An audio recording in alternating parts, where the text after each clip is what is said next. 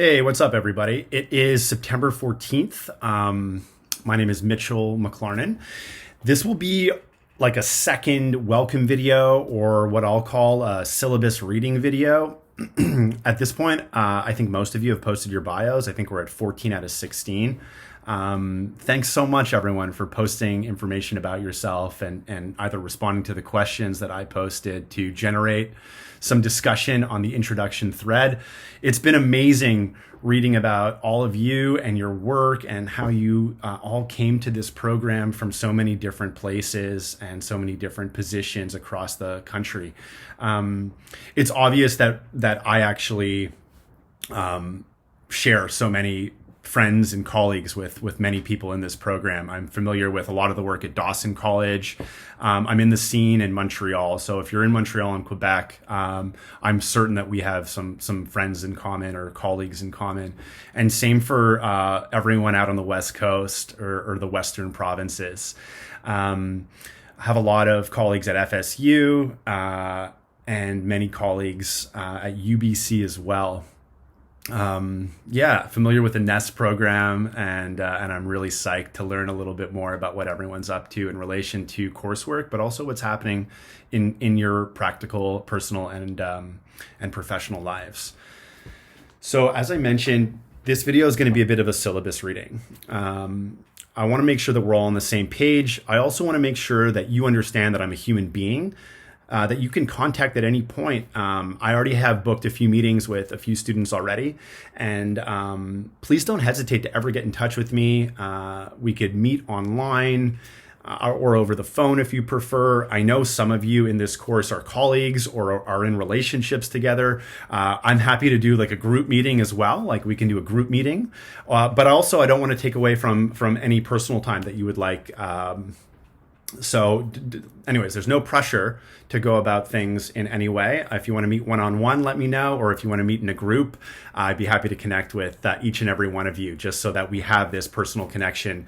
It's a struggle to create an online community, and COVID has made some of these struggles particularly pronounced. And I want to make sure that everyone has a really awesome learning experience. Fun. Okay, so I'm speaking to you from my office in Teotihuacan in downtown Montreal, and I'm gonna just get to reading the syllabus. So I'm gonna apologize for the awkwardness of this video. I do a lot of online teaching. I'll tell you a little bit about myself. I've been teaching at CBU since 2017, mainly this course, Fundamentals of Sustainability for Educators. And I love this course. It's one that has kind of changed and evolved over the years. And in past iterations of this course, I've been a little bit less political. This course isn't as political as I am in some of my other courses. I teach several courses at the graduate level. I teach a lot of environmental education courses, learning for sustainability courses, a lot of research methods courses, a lot of educational philosophy courses. And I also teach academic reading and writing. Along with CBU, I'm also affiliated with McGill University. And as I'm sure you've gathered, my home is in Montreal for now. So that's a little bit about my teaching background. My research background really focuses on a few different threads. My main research focus is on school and community gardens and urban agriculture, and I'm very critical of these types of spaces, especially in urban settings.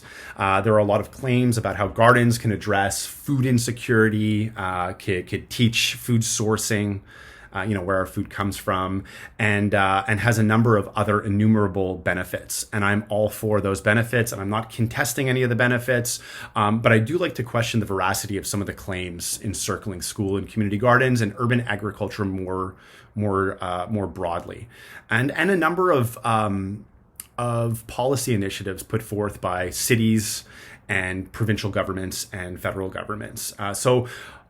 My projects collapse into one area, and I call it gardening for social ills. And I also do a lot of work at the intersection of teaching and learning in gardens. and using gardens for social purposes. So actually using gardens for food security. So a lot of my research involves in practice settings. I spend a lot of time in schools. I spend a lot of time located at community-based organizations, mainly working with youth and adults experiencing homelessness, housing precarity, and food insecurity. So my research really seeks to connect people's experiential accounts to policies that produce disproportionate social and educational outcomes. So if we're going to talk about gardening for food security, some of the work that I do makes sure that we are using gardens, working with some of the most food insecure people in Montreal. Anyway, there'll be plenty of opportunities to talk about some of the gardening work that I do. Another thread of research that I also participate in is on another funded grant called Reconceptualizing the Role of the Teacher for Canada's Creative Economy. Now, you might be able to grasp some of the capitalistic undertones of that project. My role on this project is really critiquing the notion of human capital, that education is designed to prepare students for their future work lives. While I think that is important, I don't think that should be the end goal of education. I think it needs to be much more expansive. It needs to focus on human flourishing, for example, which Aristotle reminds us is a state of mind. Right? It's a being. It's a state of being, an ontology, if you will. It's not an outcome. It's not a curricular outcome.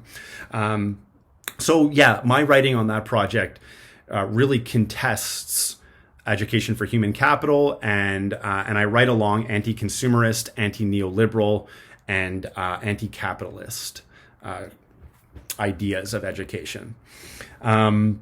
I also do a lot of work with environmental education programs not located in schools, located in environmentally based organizations. So a lot of work with some bird sanctuaries around Montreal, a lot of work with biodiversity around Montreal, which, as some of you have pointed out, in relation to where you live, is decreasing at a very alarming pace, and that concerns me a lot. Anyway, I don't want to spend all the time talking about my research and my teaching. I want to get to the syllabus, but I also want to make sure that you know a little bit about what I'm about. And before I get into the syllabus, I want to just say, after reading everyone's bios and just quickly responding to all of you, we have an absolutely stacked cohort this year. This is the first time I've taught a class with this many in-practice educators working within the realm of environmental education, outdoor learning, and environmental sustainability more broadly. Now, if you consider yourself outside of that realm, there is absolutely nothing to worry about. Welcome. More is more. I'm so happy you're here. But for everyone who has been working in the field, in a myriad of different contexts, know that I am so happy to have you contribute in any way you see fit. And even if you're not in that realm, the same thing goes. I want to hear from you. I want to know what you're reading. I want to know what you're up to. I'd like to know about your responses to certain readings, which of course will come across in some of the assignments and discussion forums. But don't ever hesitate to get in touch with me. Don't ever hesitate to post something on the announcement board like, hang on a second, I read this 5 years ago. It really resonates with course content. Yeah, let's get it. All right. So yeah. More is more. I want this to be a mutually generative learning experience for everybody. I know I am going to learn more from all of you than you're going to learn from me. And I'm sure you're going to learn a lot from each other. So yeah, without further ado, I'm going to get to the syllabus, and I'm going to talk a little bit about what my experiences have been like over the past couple of years of teaching this course and other similar courses that I've designed. And what student experience has been. And I solicit feedback throughout the semester because there are ways that we can address whatever issues arise during the semester, as they happen, as opposed to dealing with something retrospectively when the course is over on a course evaluation. So my door is open. I want to hear from you. I value your contributions, and I encourage them at every turn of this course. Right on. So I'm going to get to reading the syllabus, and it's going to be a little bit slow and boring, but I hope that it clarifies some of your questions and concerns. I realize that some of you have not been around an academic setting for quite some time. I get it. I took time off between my master's, my undergrad and my master's, and I took time between my master's and my PhD. So I know what it's like getting back into school, and it could be a very rough transition, and I'm here to make sure that it's a smooth one. Okay, so I'm just going to pull up the syllabus and I'll read it at you, and there'll be some personal annotations in between different sections of the syllabus. I hope this is clear, and yeah, I'll rewatch the video before I post it, and if it's not clear, I'll do it again. Okay, so welcome to the fall 2020 iteration of Fundamentals of Sustainability for Educators. Psyched. Okay, so I'm not going to read about the department mission and core focus. I'm going to start at the course outcomes heading. So this course is designed to develop skills, knowledge, and values aligned with becoming a sustainability competent educator responsible for developing experiential teaching and skills as it pertains to education for sustainable development, which, as we will learn, is a term that has been titled by the United Nations, which is, as Naomi Klein says, where all abbreviations go to die. But we'll get to that in a sec. Systems thinking. Big fan of systems thinking. Love the Systems Way of Life by Fritjof Capra, and we'll be engaging with some of his work in the coming modules. Political ecology, very informed by Foucault, Marxist feminism, ecofeminism. It's a big thing for me. I love political ecology. It's been a big part of my research. Responsible consumption. That's really going to be the focus of Module 3. It is my most favorite module to teach and engage with, and I'm looking forward to seeing what you have to offer during that module. And personal and social responsibility, which will be the focus of the last 2 modules of the course, where we're going to engage with ourselves, others, and place, contesting neoliberal rationalism, as EDUC would say. And we're also going to be connecting with different members of our community, so that we understand that curriculum and environmental learning is much more than as it's prescribed sometimes. And I know this might be repetitive for some of you, and I'm going to get to how we might be able to contest that through this course. There will be opportunities for you to create assignments and rubrics and heuristics, etc., all related to your practice, right? So I want course assignments to be valuable and pertinent for whatever you have going on professionally, personally, socially, etc. Okay, so in this course, you will demonstrate an understanding of new pedagogies to foster creativity, deep learning, and innovative approaches to teaching and learning. You will empathize with the problems of others, including issues affecting global communities, right? How our behaviors in the global north impact people in the global south. We're all connected, and I think COVID is showing just how connected we all are. You're going to be introduced to a range of indigenous perspectives encircling the environment. All right, it's really important, and not just because of some of the issues that we're encountering in Canada around anti-Black racism and anti-Indigenous racism, but as much as possible in this course, and it's harder than you think, but we're going to try and exit and depart the sociological, environmental, scientific canon and engage with authors who are Indigenous, non-white, Black, queer, women, etc. Okay, so often authors who are omitted from some of these very important discussions. We're going to work and think from a systems and futures-oriented perspective. If you don't know what this means, we're going to get to all that. But this is just an opportunity for me to read through the syllabus and what my expectations are and what I'm like, just so you're all aware of what's to come this semester. We're going to recognize the importance of seizing resource extraction projects that threaten the lives of future generations. Now, I know this may be a controversial statement for people. I'm sorry if it is. I'm happy to discuss this.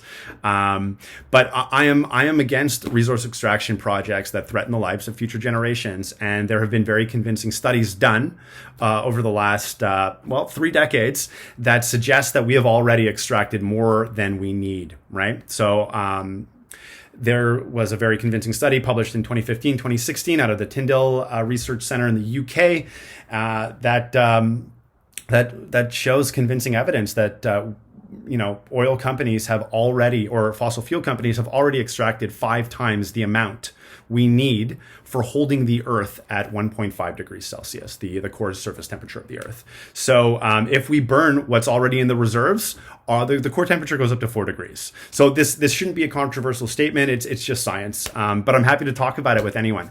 And don't feel like your perspectives will be belittled or demeaned. It's about learning. It's about engaging democratically.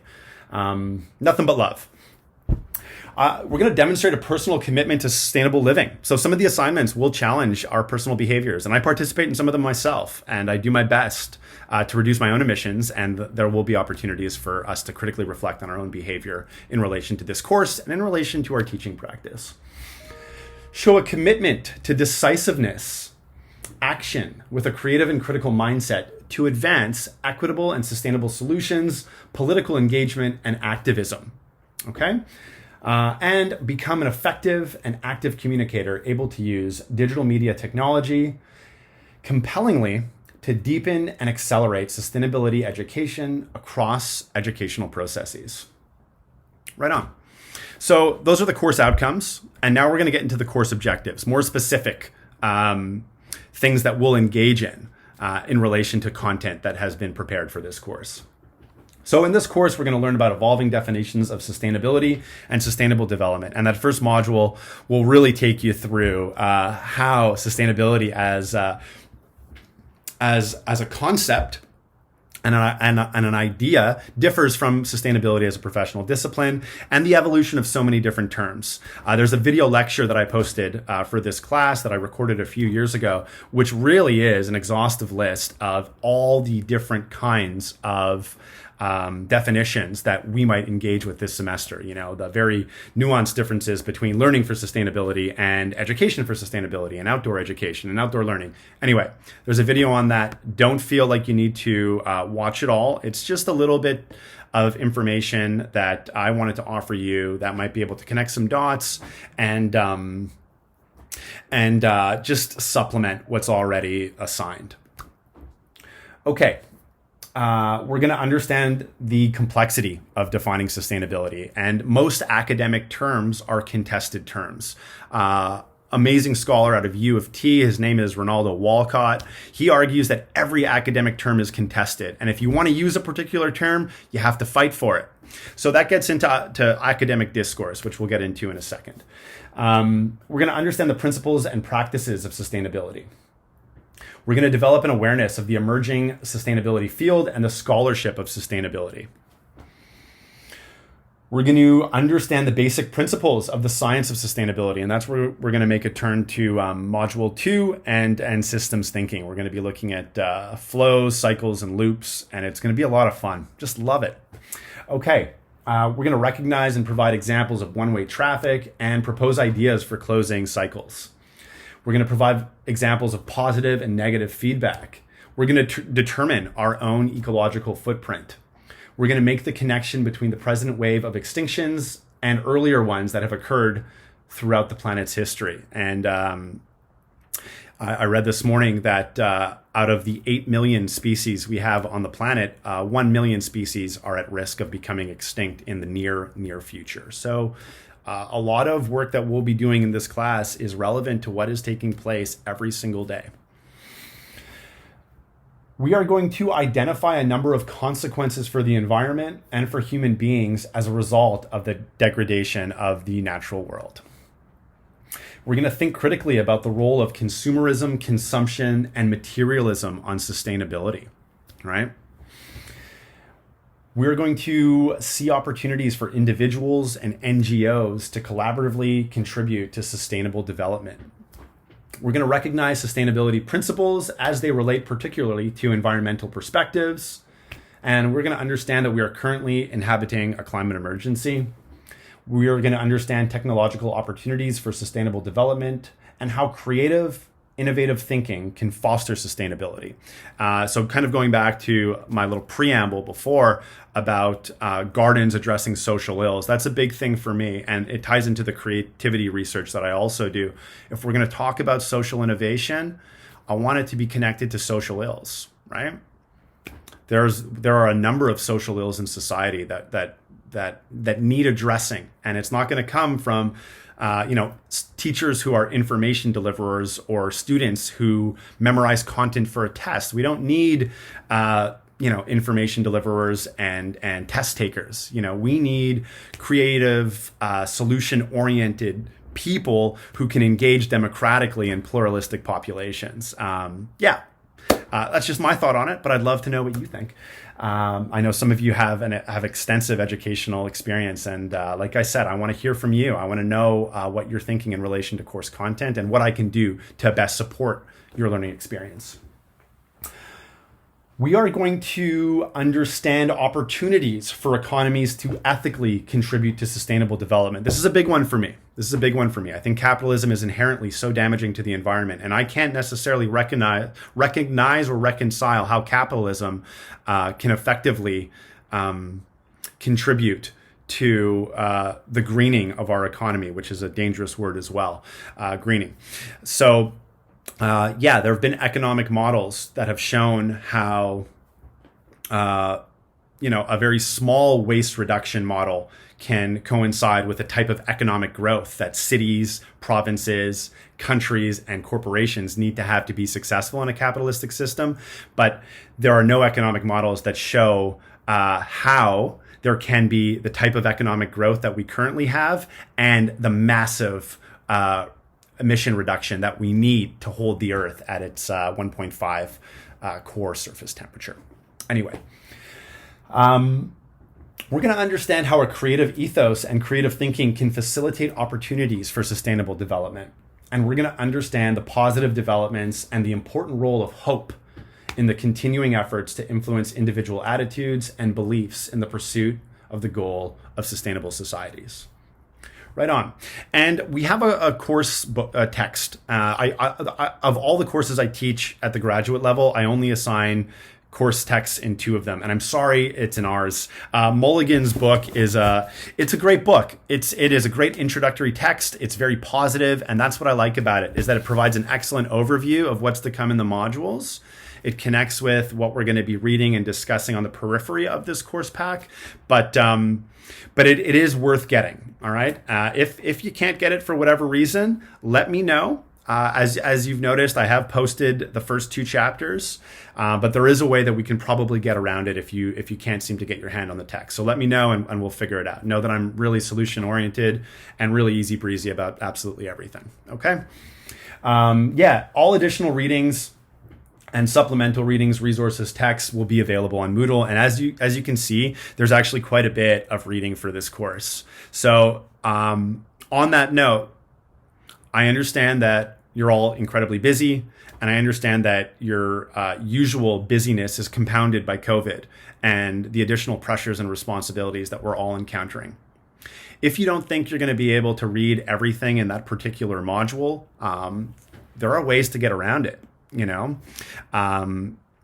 not get around it, but there are ways to ensure that you still maximize your learning, but also maximize your other responsibilities and your time management. So, for example, if you're a couple or if you're a few colleagues working together on this course, there will be opportunities for you to jigsaw or all read different things and then share your ideas. I'm totally okay with that. And I'm happy to set something up if that would be easier for everybody. Or get in touch with me and say, Mitchell, I'm busy. I got 50 things going on this week. I'm not going to be able to get through all the readings. Can you recommend 2 that are of the most significant for this module or this week? And I'll do that, okay? So just get in touch with me if you have any issues, but don't feel like I'm rigid in any of these decisions or anything on the syllabus is written in stone. The syllabus is there because it needs to be there. And many of the things that you'll read in this syllabus are because they have to be there. But know that I'm really flexible. Okay, so we're going to be going through different learning modules. I'm not going to read through every single module that we're doing, but I'll just kind of give you a breakdown of what makes the most sense for engaging with the material that's posted on each module. So each module, you're going to see a section that says Organize Your Learning. If you click on that, it's going to open up a page that will give very specific instructions about what you're asked to do. Some of it may be inconsistent with dates and times. I'm still working things out at this point. And if you spot anything, let me know. I'm happy to change it or to switch things up so that everyone's on the same page. But if you click on that Organize Your Learning tab underneath each module, it will give you super specific instructions about due dates, about when to participate in certain discussion forums, and how to do so. And same goes with the discussion forums. If you see a forum, click it. It will give you pretty specific instructions as to what it is you're supposed to be writing and how many times you're supposed to comment on your colleagues' posts. The general rule is that I ask people to comment on 2 of your colleagues' posts for each submission or each discussion board. You know, if you do more than that, that's totally fine. If you can't make a certain deadline, know that that's okay as well. The only issue about missing a deadline in terms of a submission or a discussion board is that you may not get feedback or commentary from your colleagues if you miss a deadline. So that's the only issue. Otherwise, if you can't make a deadline, just let me know. We'll figure something out. The deadlines are really there to keep us on track. And like I've mentioned in a message to one of you, the course starts a little bit slow. September's a bit slow, but once October hits, things get really, really busy. So keep in touch with me. Let me know how things are going. If I have to remove an assignment or a discussion board, no worries. That's totally fine. The point is that everyone can engage with each other's ideas in a critical and creative and in enjoyable way. It's not just to, enter a discussion forum based on one of the chapters because I've asked you to do it. I want this to be an enjoyable experience. And if everyone's under too much pressure, or if there's a bit of a time crunch because discussion forums, assignments, and another discussion board or another assignment is due, I don't want a quality to decrease because of the quantity of assignments I've assigned. Okay, so just keep me posted about deadlines and have a look at the course calendar and work backwards to see how it's going to work with your semester. If you have parent-teacher interviews that you have to do on Zoom now, let me know so that I don't assign things on that date, or that I change the due date so that everyone feels that they're able to achieve that submission goal. Okay, so the first module is sustainability, history, evolution, definition, and concepts. So we've already started on this module. Some of you have already posted in the discussion forum for module 1. What is sustainability to you? What does it mean to you? Thank you so much for that. I'm looking forward to checking them out. Just so you know, I don't intervene too much on discussion boards. I read them all. If I do intervene, it's usually something like, hey, love what you wrote. Why don't you check out this article? I think it could really provide context, content, whatever. All right. I've never had any issues with arguments or people being disrespectful on discussion forums. So don't feel like I'm targeting anyone or setting particular rules. You're welcome to have a very casual tone in discussion forums. What I do ask is that if you are using course texts or articles or other people's ideas, that they're adequately cited using APA. Okay, and we'll get to that in a second too. Module 2 is the science of sustainability, systems thinking, flows, loops, cycles, systems. Module 3 is consumption, consumerism, and materialism. Module 4 is connecting with others, self, and place. And you'll be asked to do a visual response, a cell film, a video made with your cell phone. And I'll be posting some examples for all of you to engage with. And module 5 is the hope for sustainability. Okay. So all readings are already posted on each module, so feel free to go check them out if you'd like. I've said a few words about discussion forums and my expectations. Just participate in a way that is valuable for you. I know sometimes what happens is the first person who posts sometimes can get all that information in there. Don't feel like you need to reiterate that information or restate that information. You can reply to that information in relation to how you work with a particular idea or concept in relation to your teaching practice. It could be a personal reflection. It could be like, a bullet pointed list, as I've already seen. So in terms of writing style or genre, I am very flexible for discussion forums. Okay. As long as you are participating in a fulsome and critical way, no worries at all. Okay. If you have any questions, let me know. So on I'm going to talk a little bit about the assignments so that we're all on the same page and we all understand what it is I'm asking for in each assignment.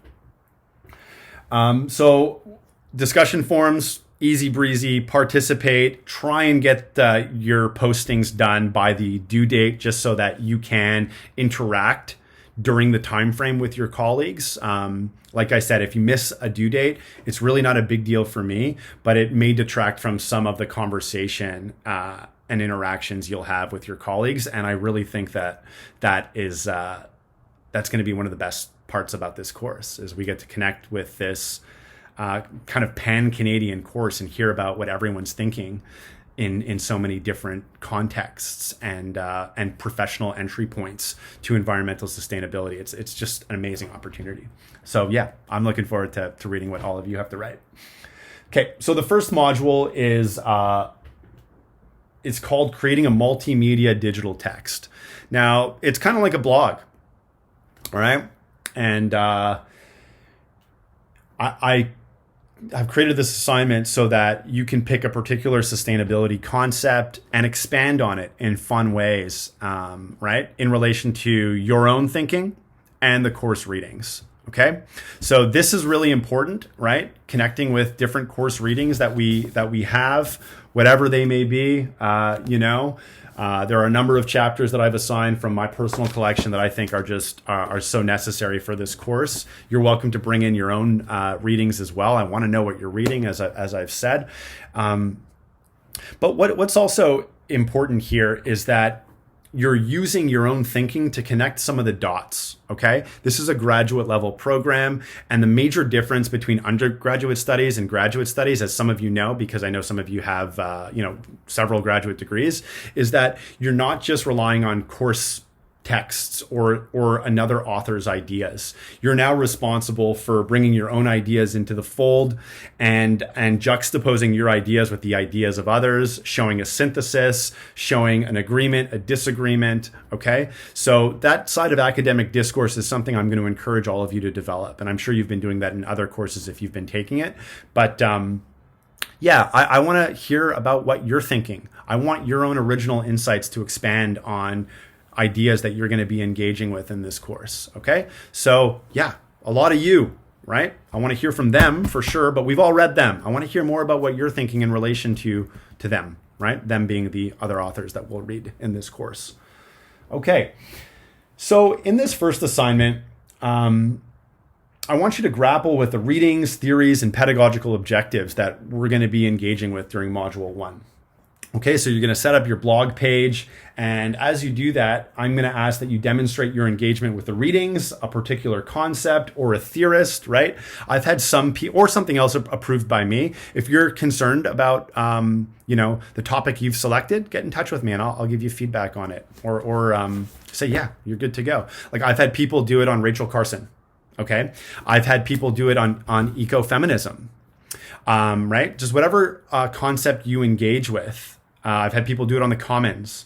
Anyway, I can go through the first couple of chapters of Mulligan's texts. People have done it on a range of different topics, and for the most part, they've been accepted, and they've been very evocative and generative, and I'm looking forward to that. Okay, so you're going to kind of connect the dots using the readings, your own ideas, and digital content. You're going to expand on your reading and thinking by relating the ideas to your own insights by making creative connections to other material relevant to what you've read and engaged with, right? So I've had some people put up some like eco hip hop. I've had people put up a Joni Mitchell video in there. So, I've had people curate their assignment with a few TED Talks that are really fun to engage with in relation to the proposed topic that you are addressing in this first assignment. Okay, so it's open and you can use any type of digital media you find on the web. Just make sure that everything is adequately cited in your reference list. So yeah, you're going to be using digital curation blogging software to organize, create, and present a topic that is relevant to what we've discussed in Module 1. Okay, so based on your selected reading of a text, concept, theory, video, etc., you're going to choose an idea, concept, person, publication, right? You can do it on the Paris Accord if you want, or anything else that you would like to learn more about with regard to sustainability. And you're going to share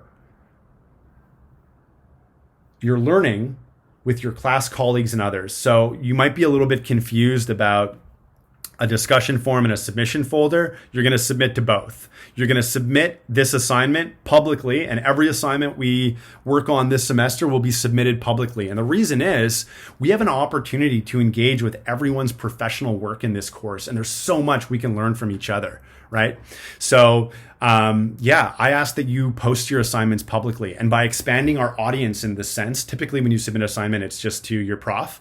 It really brings learning from, a private sphere into the public realm. So, by expanding our audience, I find it a really empowering thing to do.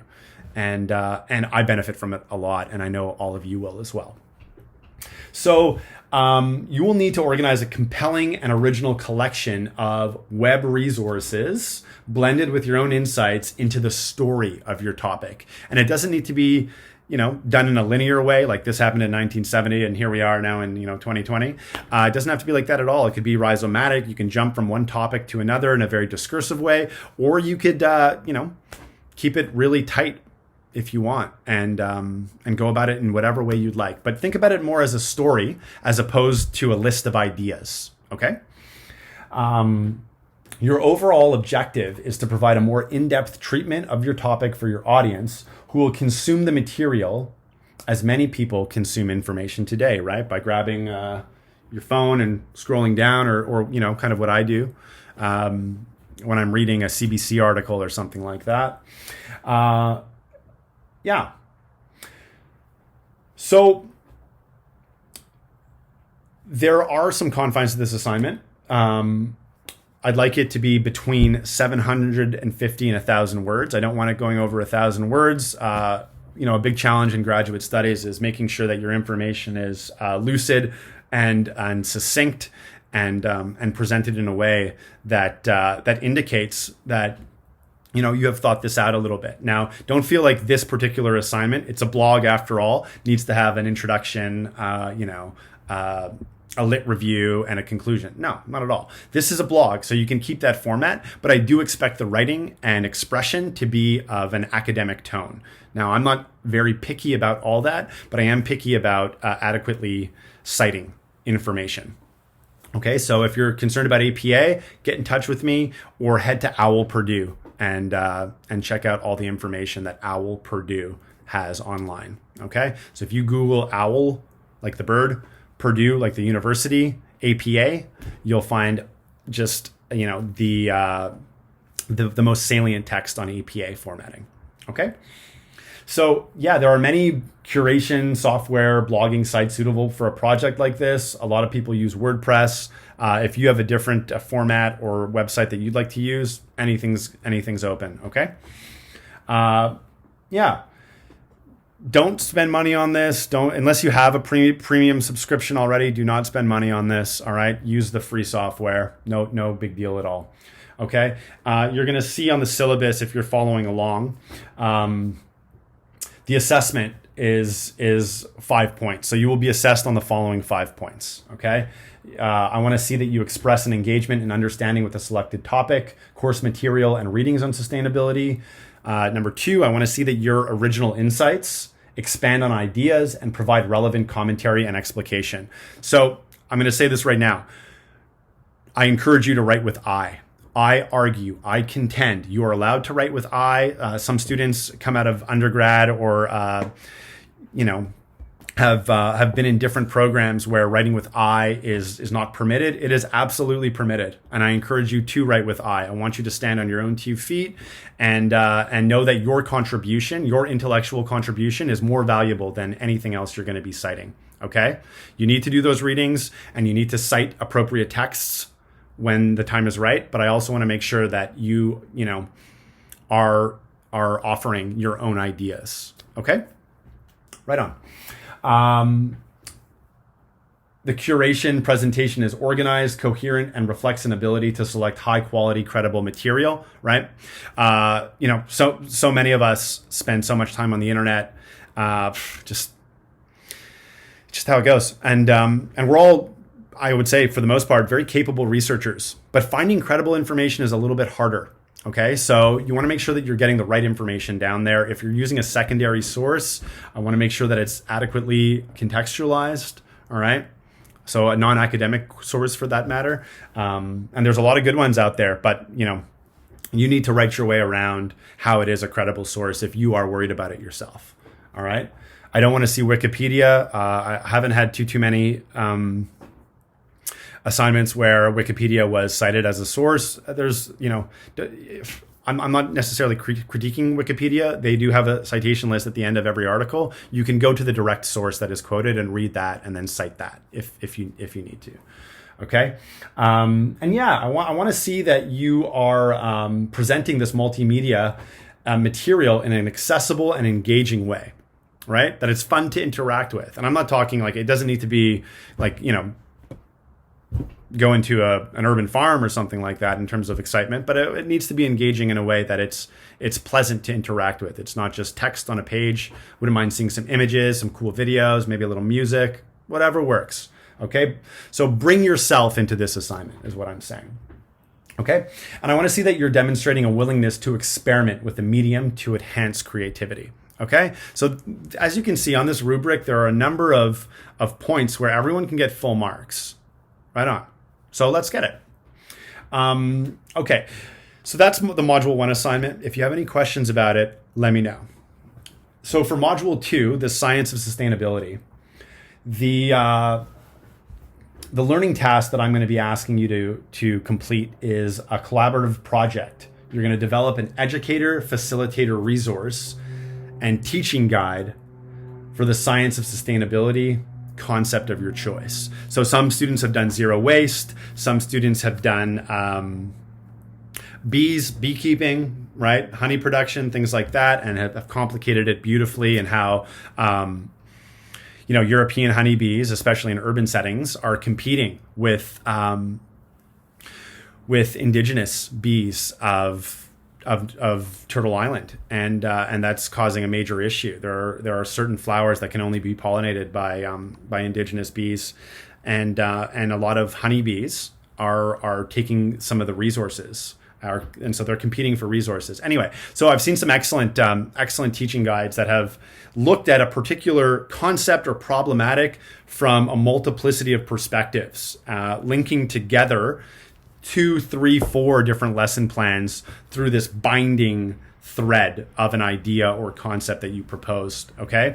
And this one is a collaborative group assignment. And I know that it's really difficult to do these types of collaborative assignments in person, let alone on this online platform. So there could be a number of ways that we can organize this. It could be, just easiest if you work closely with people you already know in this course. I'm totally okay with that, but it might be also compelling if you were to work with people who are doing work with similar age ranges or in similar educational contexts. Like we can get an elementary school or early childhood education group going. We could get a high school group going. We can get a higher education group going, et cetera, et cetera. So anyways, there would be a number of different ways that you can organize yourselves. Feedback that I've received from students on this module is that it can be really challenging to collaborate. And trust me, I know all about that. But there have been some amazing assignments produced. So we're going to work together on this one. Let me know how I can support. Okay, so you're going to be setting up a curricular heuristic, essentially. And to do that, you're going to clearly identify your concept. You're going to outline the learning outcomes you will target. You may want to choose a provincial curricula that group members are familiar with. Most are really similar. Quebec, I'm most familiar with Quebec's education program, the QEP, but I'm familiar with a lot of other. I'm familiar with Ontario's curriculum. I'm very familiar with BC's curriculum. Both curriculums are far more advanced than Quebec in terms of environmental learning and learning for sustainability. So some of those concepts are already written into the provincial curricula in different locations. In Quebec, it's much more open, right?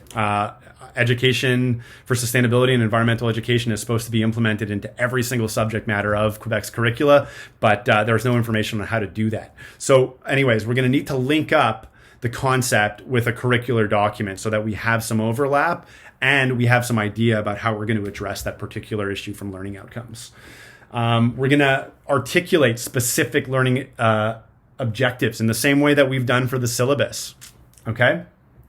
We're going to provide clear, accessible explanations, illustrations, and examples based on your reading and research. You're going to suggest and describe a learning task. It could be one learning task. You can do one learning task and it could be 4 different ways of going about it, or it could be a few different learning tasks and a few different lessons. What I will say is that if you are deciding to go about it in this discrete way where, let's say I'm in a group with 4 people and I'm going to take on one task and one learning objective and one concept, okay? What happens sometimes is that I have 4 disconnected lesson plans. Individually, they're all excellent, but when I look at things holistically, there isn't a binding thread. So sometimes with this assignment, the biggest challenge is making sure that everyone is staying consistent and coherent with the proposed learning task and learning objective and not going off on their own and setting up a discrete lesson. Dots need to be connected, and that sometimes is a major challenge in this assignment. Okay, so it's up to you to decide and determine what the learning task is and how many lessons or activities you'd like to plan. One is fine. It could be a full day with a few different learning tasks. It could be over a week. You're going to need to set your time frame, etc. So like I said, these lessons could range from mini lessons. It could be a 3-week project-based learning activity. The task could be designed for individual learners, or it could be designed for a particular group. It could be designed for a grade 3 class, or a group of undergraduate students, or a group of graduate students, or a group of in-service teachers. All right. But keep in mind your audience as you're creating these learning tasks, right? If you're working with a grade 3 group and you want them to engage with, Naomi Klein's work, or Fritjof Capra's work, or Bell Hooks's work, or you need to explain how you're going to do that. Okay, so just keep in mind. I know this is, I'm probably repeating myself, and this is ridiculous to even say. It's just to provide as much information as possible here. You really need to map out some of those connections so that your reader can essentially take this lesson plan and have confidence that they themselves can enact this. All right. So be creative, have fun, but make sure that your learning is suitable for one discipline. Or if you're going to draw on an interdisciplinary approach, be sure that you say that, okay? State that at the beginning, at the outset. You're going to suggest supplementary readings, videos, books, YA literature, children's literature, novels, films, poetry, music, art, websites to support the teaching and learning of your curricular heuristic. I want you to design your teaching resource guide for the ease of reading, and I'd like you to follow the basic principles of graphic design for presentation. Use graphics to organize the material and to create an engaging interface, right? We've all read curricular documents. They should be presented in that type of your assignment for this module should be presented in that type of a professional way. Use visuals to help communicate your ideas and generate interest in the material, all right? And design a cover, include appendices if necessary, citing sources, additional resources, and attributing any image, diagrams, whatever media you insert into this document to the appropriate sources. Save your guide as a PDF, and you're going to upload it onto the discussion forum for all of us to check out as well. Awesome. Okay. And I'll be posting a sample assignment on Moodle. Right. Okay. So module 3 is one of my favorite modules ever, and I'm so happy to be sharing it with you. Always so many interesting inferences from this module. So module 3 is responsible consumption and consumerism and materialism. All right. And your task for this assignment is to create a reflective journal in 2 parts. So the first part of your reflective journal is to pay close attention to your consumption habits and patterns for 1 week, okay? By doing so, we hope to make explicit that which is often unnoticed or implicit in our daily routines, behaviors, and thought patterns when it comes to discerning and meeting our wants and needs, Okay. Now, some of you may be coming into this course telling me that you live a zero waste lifestyle. Congratulations. I'm close myself, but there are many things that I struggle with, and a lot of them are because of the confines of the place that I live in. Recycling, for example, doesn't happen in Quebec for a range of reasons. And so a lot of our glass recyclables end up in the landfill, and so do our plastic ones. So anyway, I have a counter full of glass recyclables right now, trying to figure out what to do with them. But anyway, that's not the point of this particular assignment right now. If you are already at that point in your lifestyle where you're not going out for coffee every day, you have a garden, you're very self-sufficient, you use active transportation, you're going to need to think about what is the lifespan of your products and where they're going, and how some of your other media consumption behaviors, et cetera, might be impacting your life. Okay, so yeah, it's not just necessarily cataloging all your purchases for a week. You need to think about what you're consuming, the media you're consuming, the readings you're consuming, how it's influencing your daily life, how your decisions, right, either for consumption and consumerism, whatever, impact your family members and close relations. So there's a lot of ways we can go with this type of 1 week documentation, but know that it's more than just cataloging your purchases for a week. All right. You can catalog your purchases and place them in conversation or in juxtaposition with course readings. Okay. And you'll see there are many. We're going to be talking about the impact of consumerism on schools. Trevor Norris's work touches on that brilliantly, and I'm looking forward to hearing about your thoughts on that. There are many questions that I ask myself, right? How can we avoid being consumed by consumerism, human beings? How can schools avoid being consumed by consumerism? All right. So pay particular attention to the direct and indirect messages we receive daily that prompt our consumer activity. I want you to record these instances as they occur and push on our consciousness. Being aware of the pervasiveness of consumer and marketing messages highlights the powerful forces at work in people's lives to acquire more material things in the purported pursuit of fulfillment of well-being, right? One of the major issues with neoliberalism, right, the type of society that we're all inhabiting here in Canada, is that neoliberalism positions human beings first and foremost as consumers. And that's a major issue that completely detracts from democratic engagement, which is collective action, where the demos are tasked with keeping the government in check.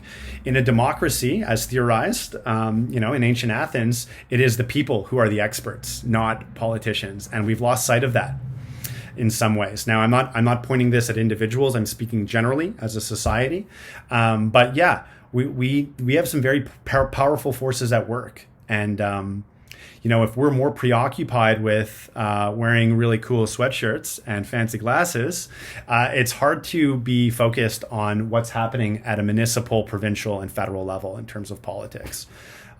Okay.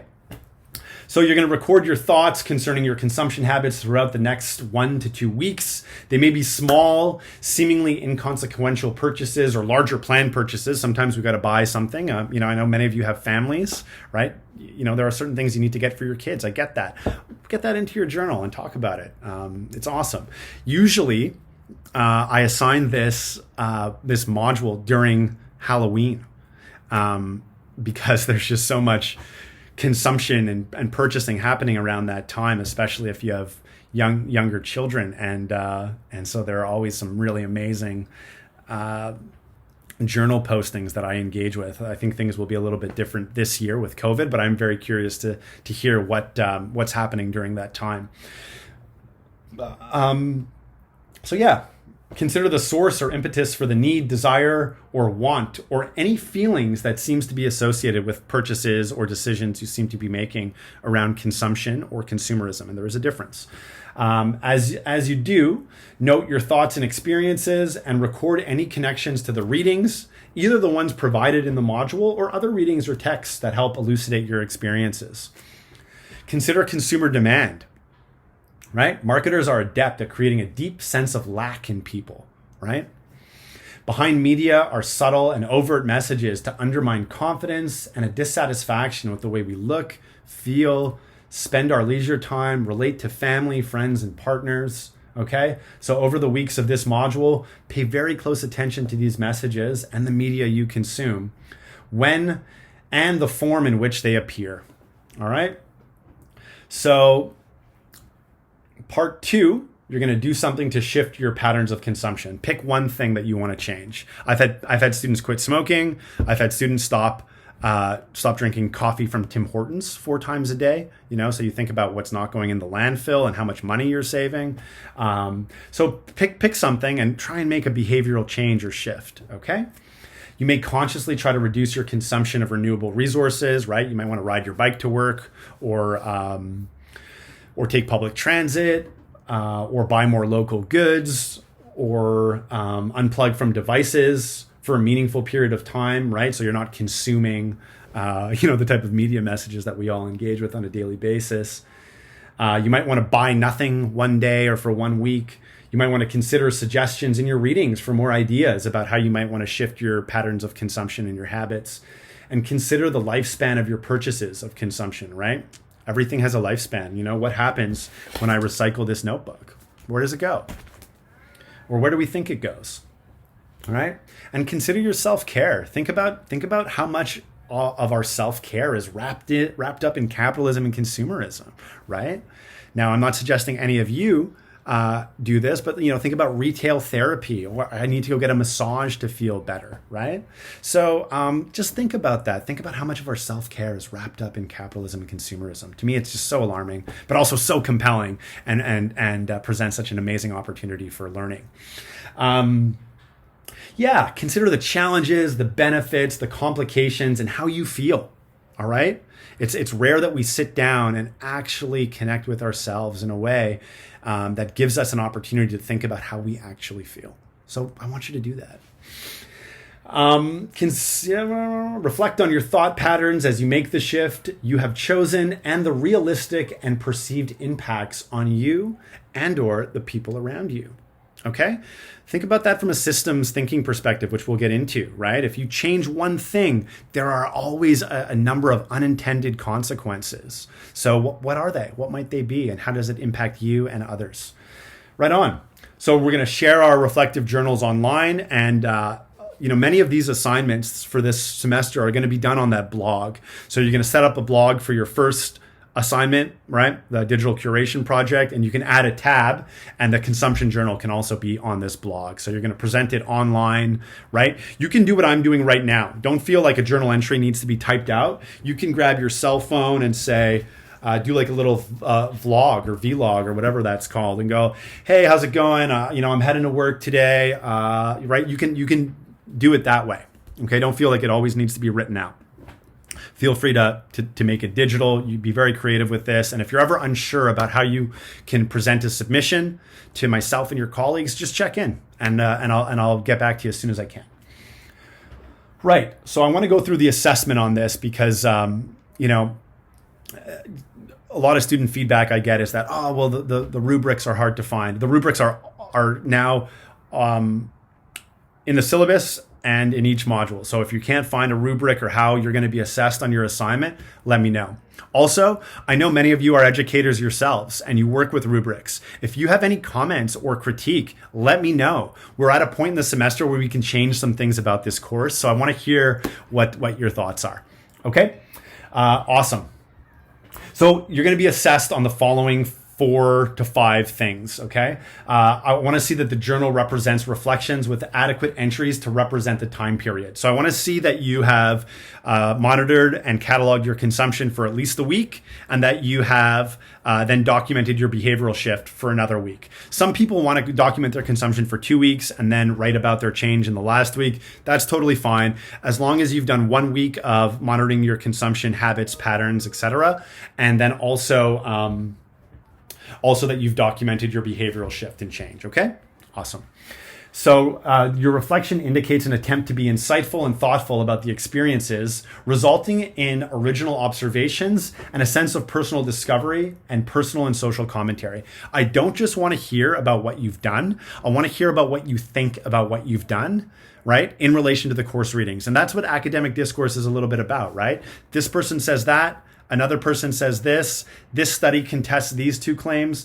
I think that X, Y, and Z. And you bring it all together and connect the dots, okay? And there's going to be ample opportunities for you to do this with the course readings and the types of submissions that I'll be asking from you. I want to see that your writing has evidence of making reference to or having a knowledge of course reading and viewing materials and other outside sources to which the student makes reference, right? So you got to cite everything you're reading with APA. The journal is presented using a medium that is engaging and designed with the intended audience in mind, right? You understand that you're writing to me and your colleagues about this. Any multimedia included are used appropriately and citationally, and there is an attempt to be creative and use the medium effectively. Okay? Right on. So this seems really straightforward to me, but I understand that a lot of this information is new. So if there's anything that's unclear, and I'm sure that, as much as I'm trying to clarify things for everyone right now, I could be confusing you. So my apologies. Get in touch with me. We'll book a meeting. We'll set it up. It'll be awesome. Okay, we're almost done. I realize that I've been talking for an hour now. This was actually supposed to be a 10 or 15 minute video, but I'm still going. So maybe consider yourselves lucky that this is an asynchronous course and not, a course where I actually lecture. So my apologies, but we're almost through it. So in module 4, connecting with others, self and place, I'm going to ask that you present a self film, okay, which is really just a video made with your cell phone. Okay. Given that understanding the personal and social dimensions of sustainability will require many forms of communication, in this assignment, you are tasked with responding to this module's readings visually. Okay. Visual representation, photographs, photographic essays, cell films, collage, drawing, and arts-based educational research is growing in terms of scope and credibility and as a ways to communicate academic research, to connect with policymakers, and to initiate social change, right? Pictures, I do a lot of visual research and participatory visual research, right? So when I talk about gardens in relation to gentrification, I have some very evocative images that show how gardens have been used, or have been promoted as a way of beautifying a neighborhood, but they've been really connected to raising rents in certain areas. And we have a big issue here in Montreal with how the city is using its environmental initiatives for very capitalistic reasons, right? So I have photos showing, how gardens have kind of been the precursor to other changes in the neighborhood, right? So gardens have come in, have beautified a particular neighborhood.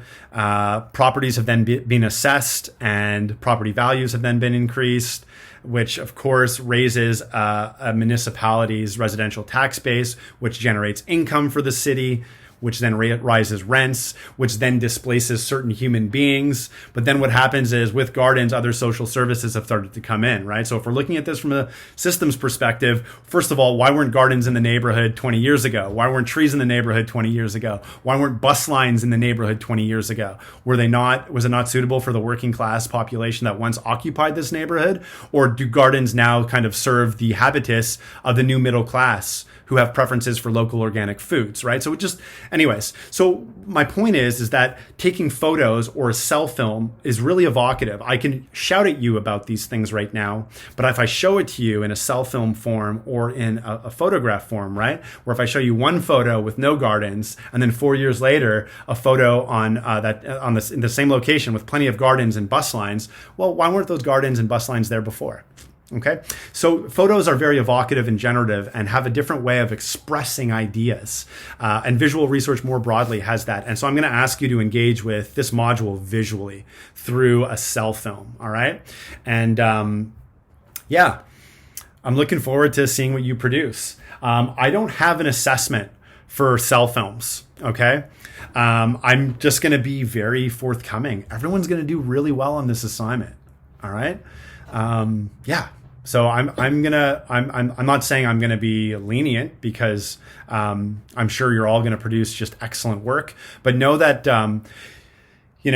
when you've picked your topic of your cell film about connecting with place, self, and others, and you create that cell film, I'm hoping that it's going to be a rewarding experience. But I don't want you worrying about your grades for this or for any submission for that matter. Okay, I'm very flexible. The feedback that I'm going to give you is going to be extensive, and I hope it's going to be helpful and not a hindrance. But know that I'm happy to discuss.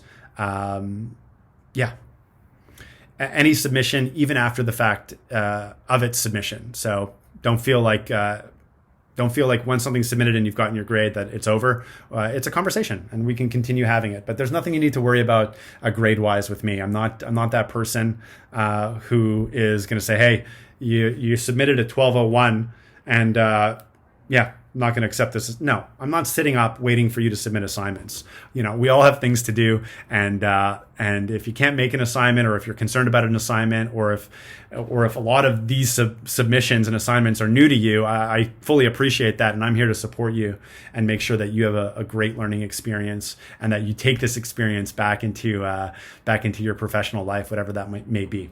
Okay, so there's no assessment for this assignment. I know that. We can co-create one, or just like I said, know that I'm going to be very open and encouraging here. Okay. So